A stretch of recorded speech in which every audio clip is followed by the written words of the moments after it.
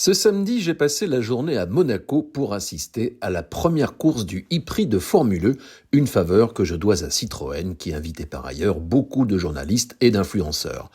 Au cours de cette journée, on a pu échanger notamment avec Xavier Chardon, le patron de la marque, et Olivier Jansoni, le responsable de Stellantis Motorsport.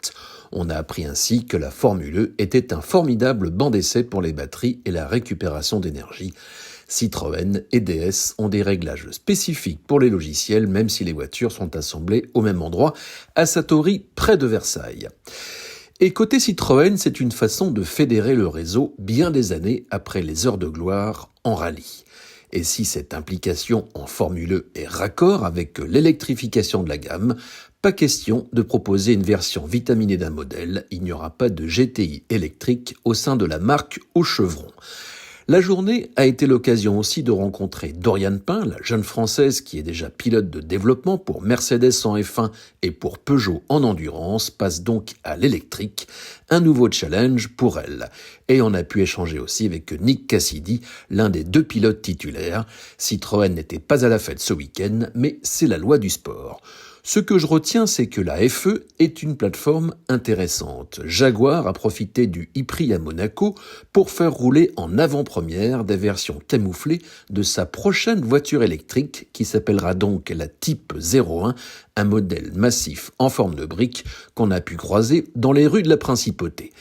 Et puis, il y avait du beau monde samedi dans la pit lane. J'ai personnellement croisé Christian Horner, l'ancien patron de l'écurie Red Bull en F1, et Carlos Sainz Jr. de l'écurie Williams.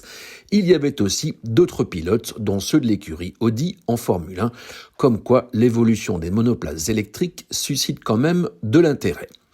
Certains de mes confrères se moquent du bruit d'aspirateur des Formule E et jugent les courses sans grand intérêt. Pourtant, c'est bien plus animé qu'un Grand Prix de F1 et il y a plus de dépassements. Mon sentiment, c'est que le meilleur reste à venir avec la monoplace de génération 4.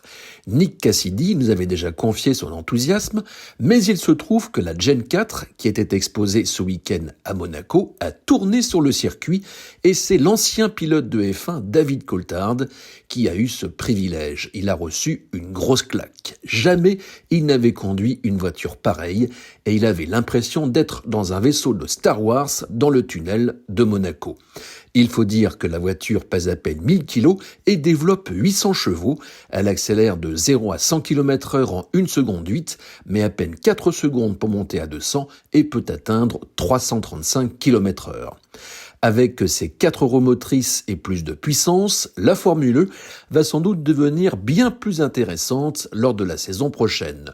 De quoi attirer peut-être certains pilotes. Ce qui manque encore à la Formule E, ce sont des têtes d'affiche, des stars qui font plus rêver que Sébastien Buemi, Luca Di Grassi ou Jean-Éric Vergne, qui sont pourtant de bons pilotes et qui ont marqué l'histoire de ce jeune championnat qui gagne à être connu.